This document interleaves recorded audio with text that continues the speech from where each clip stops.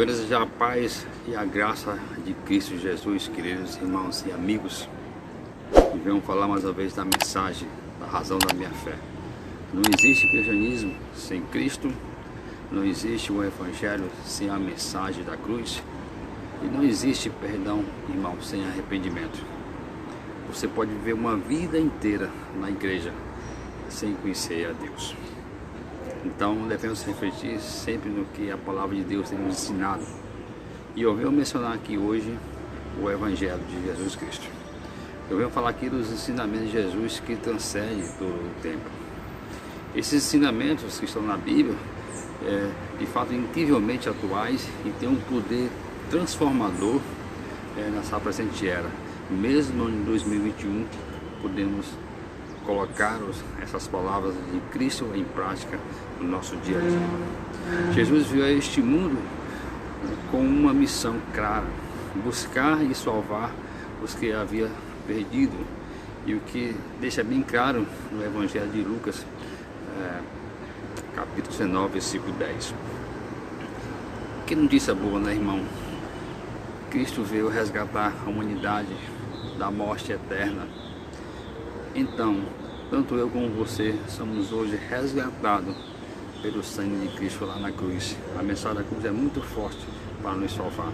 Jesus veio a este mundo porque a humanidade precisava ser salva da morte eterna. Foi um ato de amor maravilhoso.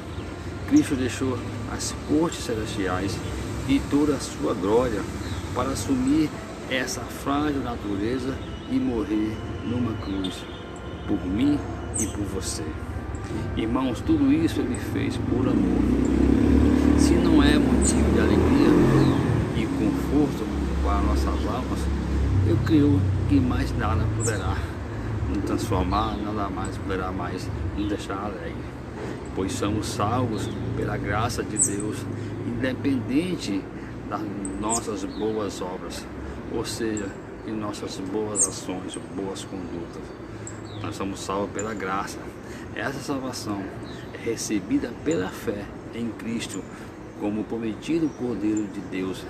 Isso é, fé na justiça de Cristo que nos é imputada, a fé em seus méritos plenamente suficiente para nos perdoar e salvar, como consta nas Sagradas Escrituras. Irmãos, devemos entender que algo muito importante devemos ser analisado. O pecado estabeleceu uma separação entre a criatura e seu Criador.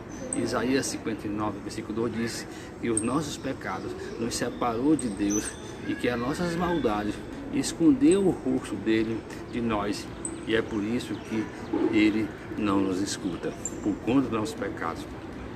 Não merecemos nada, irmãos, não merecemos coisíssima alguma.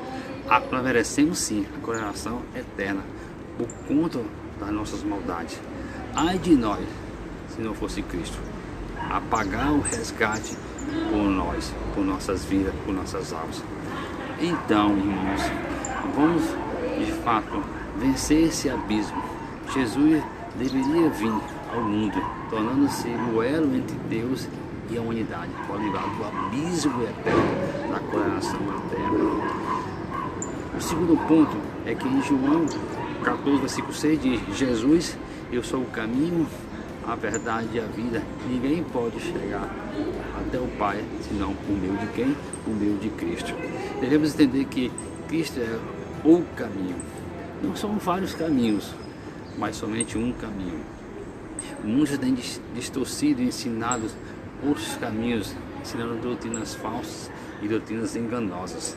Mas Jesus é o único caminho que nos leva à salvação eterna. Por sua divindade, Jesus liga-se a Deus e agora por sua humanidade ele liga-se a nós, nos dando a condição de sermos perdoados dos nossos pecados. Terceiro ponto, Jesus ensinou que o coração humano é corrupto e está cheio de morte, adultério, prostituição. Cristo é o caminho que nos liberta e nos transforma em nova criatura. Só o sem juízo não vai querer ser transformado por Cristo. Devemos entender, irmãos, que o grande plano de Deus para nossas vidas, pois antes mesmo que o ser humano pecasse, Deus já havia estabelecido um plano para nos resgatar e para nos dar direito à vida eterna por meio de Cristo. Devemos meditar sobre isso, irmãos. A Escritura aponta que Jesus viria ao mundo para morrer em nosso lugar, no meu lugar e no seu lugar.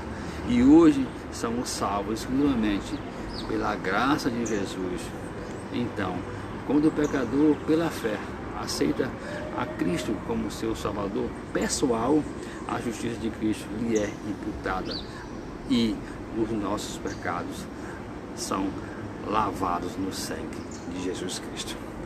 O resultado de tudo isso, da habitação de Cristo no coração da pessoa e a prática das boas obras como fruto do Espírito, como diz lá em Gálatas, capítulo 5, versículo 22 e 23, que vamos ter amor, alegria, vamos viver em paz, vamos ser delicados, vamos viver em bondade e fidelidade, vamos ser humildes e vamos ter um domínio próprio.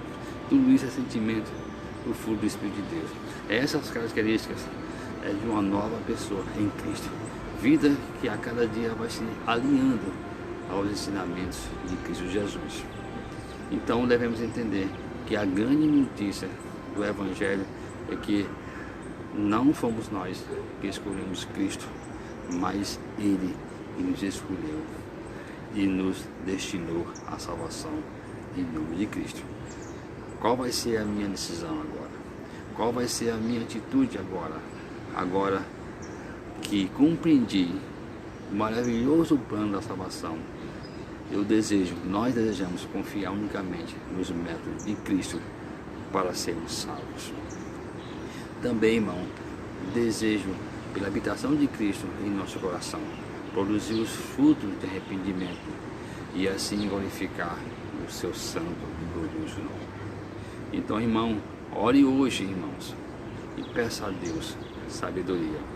Lembre-se, Cristo nos amou primeiro e devemos compartilhar o Evangelho, esse amor uns para com os outros e aplicar as nossas vidas ao ensinamento de Jesus Cristo. Devemos refletir sobre isso, devemos colocar as Sagradas Escrituras em prática. E eu desejo a todos vocês a paz e a graça de Cristo Jesus.